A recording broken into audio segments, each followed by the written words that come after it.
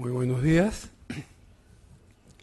Permítame, en primer lugar, agradecer a Ocinermil, en la persona de su presidente, el ingeniero Jesús Tamayo, por la gentil invitación para presentar una breve reseña histórica del proyecto Camisea. Hoy que celebramos el 10º aniversario del inicio de las operaciones. Para el efecto me referiré al periodo más controversial y polémico en que me tocó participar, es decir, hasta antes del año 2000. Qué duda cabe, hoy después de 10 años, el gas natural se ha convertido en pieza fundamental del desarrollo energético del país. Nos ha brindado ventajas competitivas importantes y tenemos las tarifas eléctricas de menor costo de la región. Sin embargo, llegar a agosto del 2004, cuando el presidente Toledo y el ministro Quijandría abrieron las válvulas de salida de la planta de las Malvinas para que el gas fluya hacia Lima, no fue tarea fácil. Tuvo que pasar cerca de 20 años para que este acontecimiento se produjera. La historia comienza en 1981, durante el segundo gobierno del presidente Belaúnde, cuando Petroperú suscribe con Shell el contrato de exploración y explotación de hidrocarburos de los entonces lotes 36 y 42 ubicados en Camisea. Durante la campaña de exploración comprendida entre los años 83 y 87, Shell perforó 6 pozos, de los cuales 5 resultan exitosos, descubriendo los yacimientos de gas de San Martín, Cachiriari y Pagoreni. En razón de que el contrato suscrito era para la explotación de líquidos y no de gas natural, era necesario negociar un nuevo contrato. Es así que en marzo de 1988, durante el primer gobierno del presidente García, Petroperú y Shell suscriben un acuerdo de bases, marco dentro del cual se debería negociar este nuevo contrato. Shell solicitó la ampliación del plazo para concluir con las negociaciones.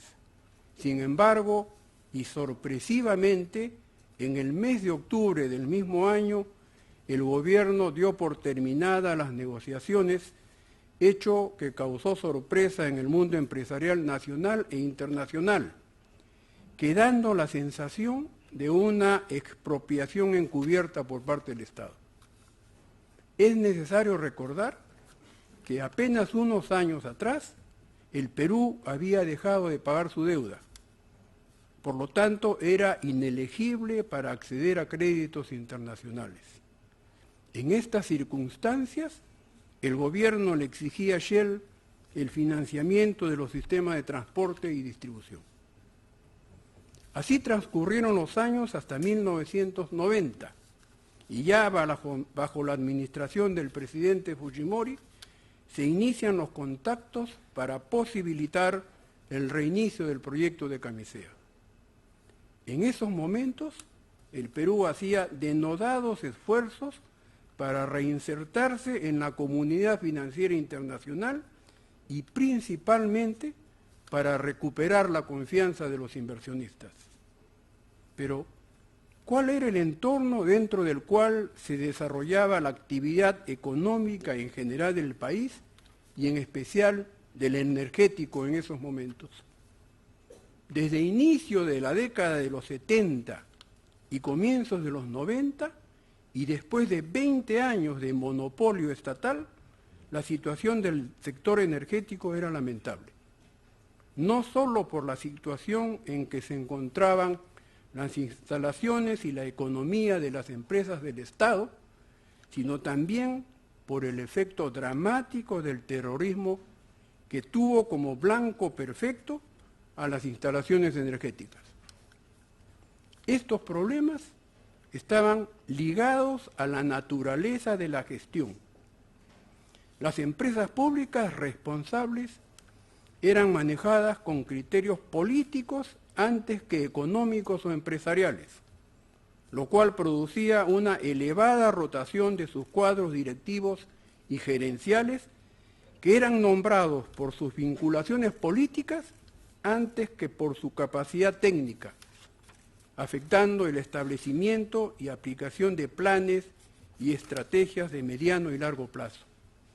El resultado, todos recordarán, empresas sobredimensionadas, déficits permanentes por manejos tarifarios y de precios imprudentes, pérdida de eficiencia y finalmente un pésimo servicio. Basta recordar los prolongados apagones imprevistos, los severos programas de racionamiento y con el precio de una gaseosa se podían comprar 2 galones de gasolina. Las empresas tenían pérdidas operativas desde 1986 y, por supuesto, no generaban recursos suficientes ni siquiera para mantener las operaciones. Y es bueno recordarlo también. Cuando la Shell se fue, esa era la situación del país. Era pues necesario reordenar y reformar la economía del país en general y en particular del sector energético. Y es así que en 1992 se promulga la Ley de Concesiones Eléctricas 25844 y posteriormente la Ley de Hidrocarburos 26221. Ambas leyes nacen acompañando un programa de reformas radicales que cambiaron el rostro de la economía, dejando el modelo de Estado como gestor del desarrollo económico por otro, orientado a un sistema de mercado libre y competitivo y al fomento de la inversión privada.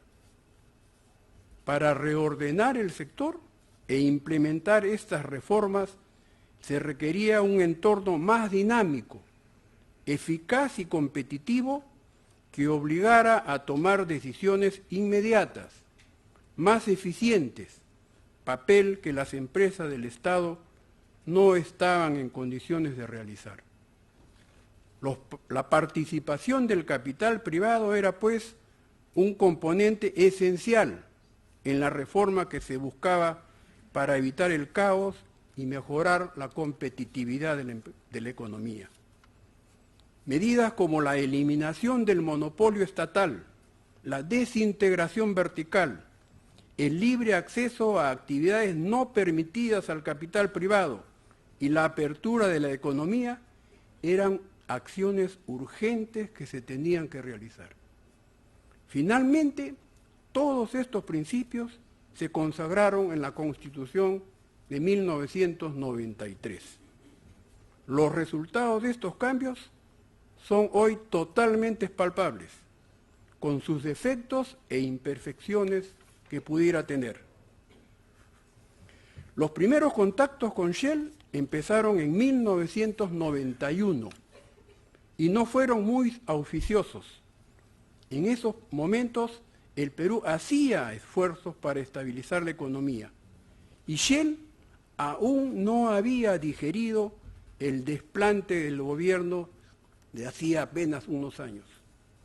Sin embargo, con el reordenamiento de la economía, la reforma del sector y sobre todo por la Constitución del 93, cambiaron de opinión y se sentaron en la mesa de negociaciones para suscribir en marzo de 1994 el convenio para hacer el estudio de factibilidad del proyecto.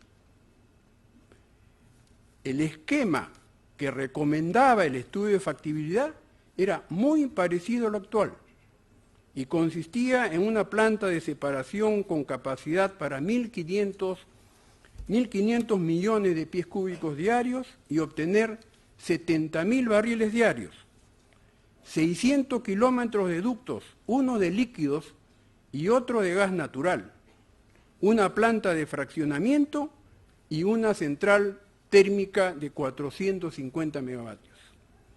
En el estudio se definió una reserva aprobada de gas de 11.2 TCF, un volumen líquido de 640 millones de barriles, una inversión estimada de 2.600 millones y el gas estaría Lima en el año 2003. Asimismo, determinó que la demanda de gas para Lima alcanzaría en 10 años los 250 millones de pies cúbicos, más un adicional de 100 millones para la planta térmica. La exportación del gas solo estaba prevista para la segunda década de explotación de los yacimientos. Con los resultados de este estudio, se inician las negociaciones del contrato, esta vez con el consorcio Shell Móvil. Uno de los aspectos más controvertidos durante este periodo fue el transporte, que provocó que las discusiones se prolongaran hasta los meses finales de la negociación. Ante tal dificultad, se propuso una participación del 50% por parte del Estado, alternativa que inclusive fue discutido con los más altos funcionarios del consorcio en la sede de Shell en Holanda. El consorcio rechazó la propuesta. Durante las negociaciones, el tema de la distribución nunca fue discutido, teniendo en cuenta que la legislación prohibía la integración vertical, es decir, segmentaba la actividad impidiendo que el productor o transportista accediera a la distribución. Finalmente, el 17 de mayo de 1996, se suscribió el contrato llamado en su momento, por la magnitud de la inversión que no tenía precedentes en el Perú, como el contrato del siglo. Durante el desarrollo de la etapa inicial del contrato, el consorcio planteó al gobierno 3 solicitudes para iniciar la construcción del proyecto.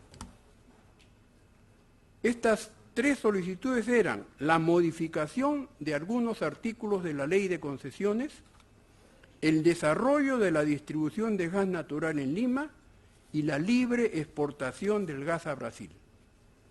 ¿Cuál era el significado de los cambios solicitados? Primero, solicitaban el despacho preferente de las centrales térmicas que utilizaban el gas de camisea en perjuicio principalmente de la generación hidroeléctrica, hecho que era imposible de atender. Posteriormente, se refirieron al precio del gas. Solicitaban precios diferentes. Por un lado, $2.50 por millón de BTU para las centrales de ciclo simple y $4 para los ciclos combinados, solicitud que tampoco podíamos aceptar. Pero ¿quiénes eran los potenciales clientes de gas natural en esos momentos? En esa época solo habían 2 generadores eléctricos ubicados en Lima que podían consumir el gas natural. Etevenza, controlada por Endesa de España, que operaba la central térmica de Ventanilla y que en ese entonces consumían diésel 2. La otra empresa era Edegel, controlada por Endesa de Chile, cuya capacidad era mayoritariamente hidráulica y complementada con grupos térmicos que también quemaban diésel, pero que no estaban preparadas para utilizar gas natural. Inicialmente, Etevenza estuvo muy entusiasmada con la llegada del gas y apoyaban el proyecto. Edegel, en cambio, no tenía el mismo entusiasmo. En la misma época, el gas natural para la generación eléctrica ya había entrado a Chile con el suministro que recibía de Argentina. Edegel, por lo tanto, era consciente que el gas natural era una amenaza para sus ingresos y un competidor muy fuerte para los hidrocarburos, para las hidroeléctricas. Sin embargo, todo esto cambió cuando Endesa de España compra a Endesa de Chile. A partir de dicho evento, el apoyo de Etevenza desapareció.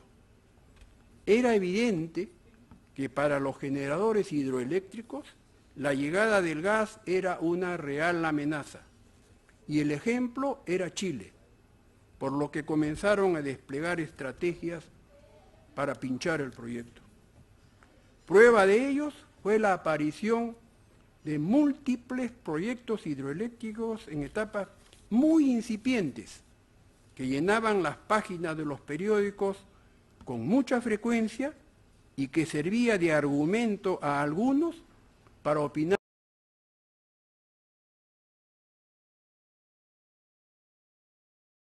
la distribución de gas en Lima, aduciendo problemas de seguridad en el suministro para sus clientes.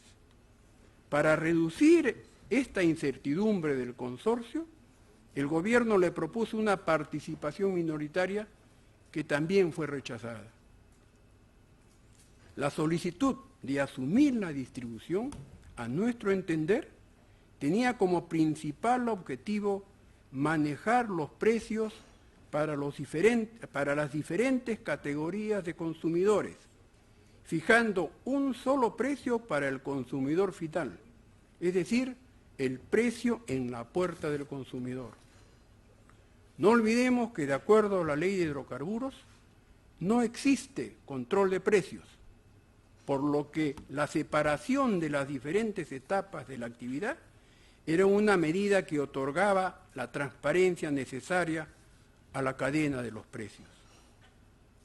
Y para la exportación al Brasil, solicitaban un decreto supremo que le garantice la libre venta de gas sin controles de precios ni restricciones en volumen. Después del análisis correspondiente, este pedido fue rechazado. Por otro lado, la inversión creció desmesuradamente. La factibilidad determinó un costo de 2.600 millones. Posteriormente aumentó, primero a 3.000, luego a 3.300, para finalmente llegar a 4.000 millones, alegando además la falta de un mercado que justificara la inversión. Con el objeto de reducir estas incertidumbres, se ofreció al consorcio la compra de 100 millones de pies cúbicos a través de Electroperú. Esto entusiasmó al consorcio, pero conforme pasaban los días, el entusiasmo se convirtió en desilusión para el gobierno, cuando Shell ofreció vender el gas a un precio único, en boca de turbina, en cualquier punto del sistema.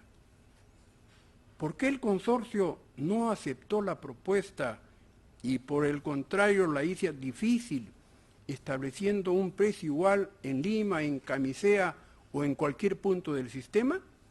La respuesta era lógica. No estaban dispuestos a revelar el precio del gas en Camisea en espera de la exportación del Brasil. En verdad, nunca supimos cuál era el precio del gas en Camisea.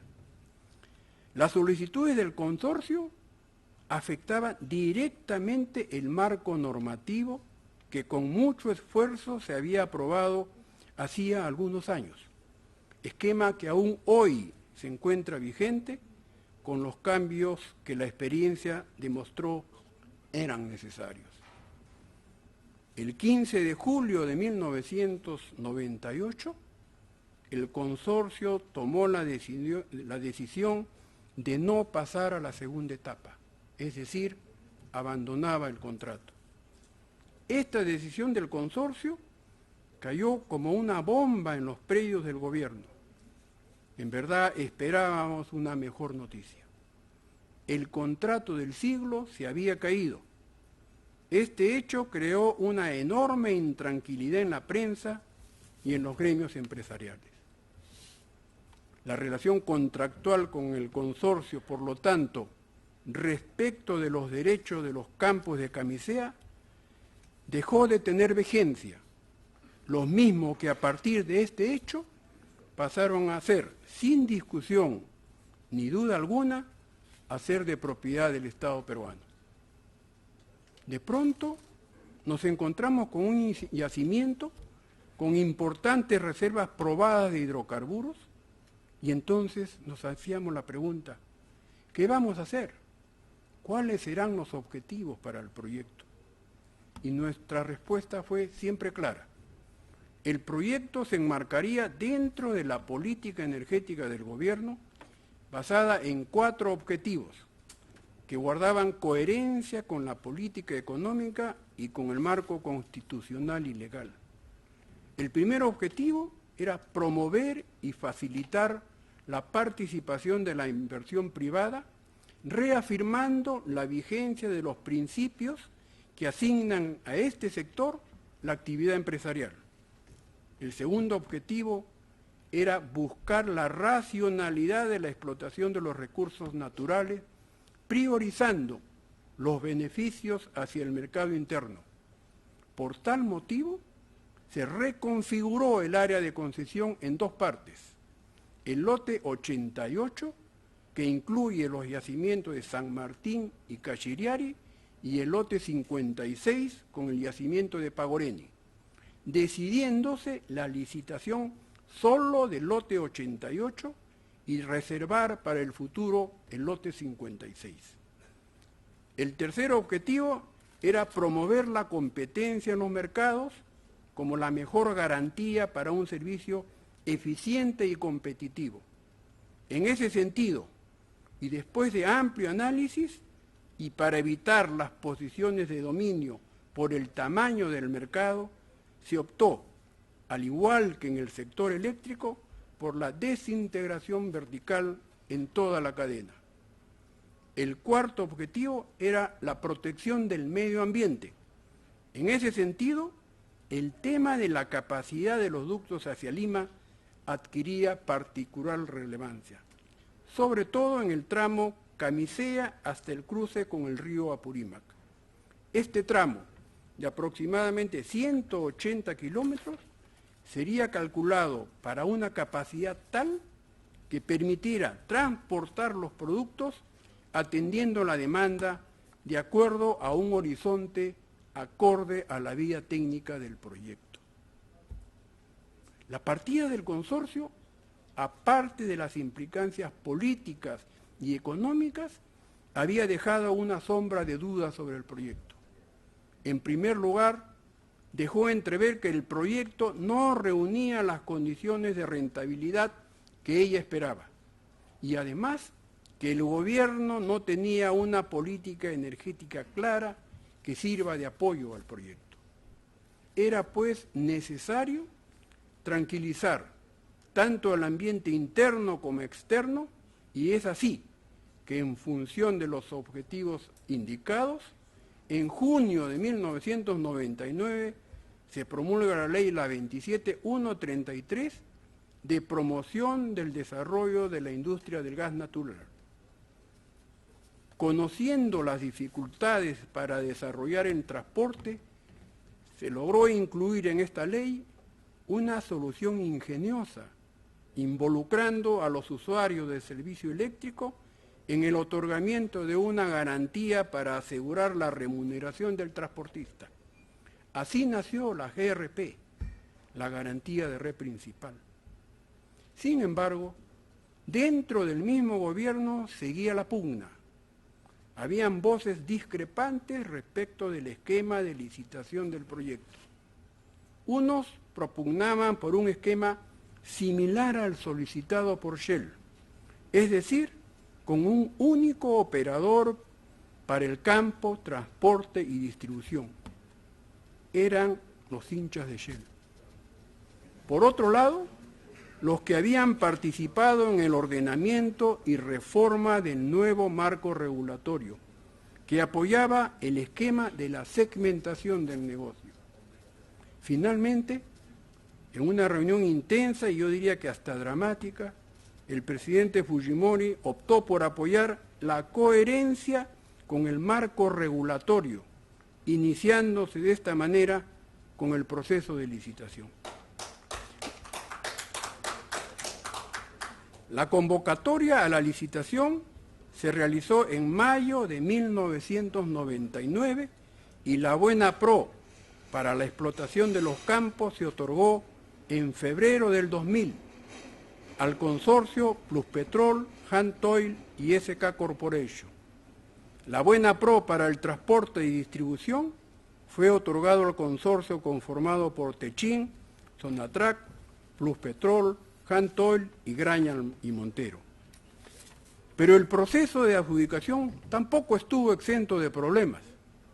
Durante semanas, el postor perdedor hizo una serie de denuncias en algunos medios con el objeto de poner un velo de duda al proceso. El gobierno sopesaba las observaciones del postor perdedor y paralelamente discutía con el postor ganador mejoras al contrato para ratificar los resultados de la licitación. Finalmente, en diciembre del 2000, durante el gobierno del presidente Valentín Paniagua, con Carlos Herrera como ministro, se procedía a la suscripción del contrato. A partir de este evento, la historia debe ser contada por los protagonistas, el consorcio Pluspetrol, Jantoil y SK Corporation, y el consorcio Techin, Sonatrach, Pluspetrol, Jantoil y Graña y Montero, quienes con el apoyo de sucesivos gobiernos han logrado el final feliz que hoy todos celebramos. A esta historia quisiera agregar unas palabras finales. El proyecto Camisea deja como lección que la estabilidad y consistencia de las reglas son muy importantes para establecer la confianza en los inversionistas. El marco regulatorio del sector energético nació antes que el proyecto Camisea y resistió el embate de propios y extraños a lo largo de su historia. Sin embargo, supo salir airoso y ese marco, con las modificaciones que la experiencia y la modernidad obliga, ha permitido el vigoroso crecimiento de la actividad energética del país. Una segunda lección es la institucionalidad de las políticas y reglas establecidas. Institucionalidad que se expresa a través de sus funcionarios, quienes toman las decisiones, conservan la memoria de la institución y le dan coherencia a las acciones de gobierno, sobre todo para el mediano y largo plazo. Evitemos la rotación del personal que mucho daño le hace al país. Muchas gracias.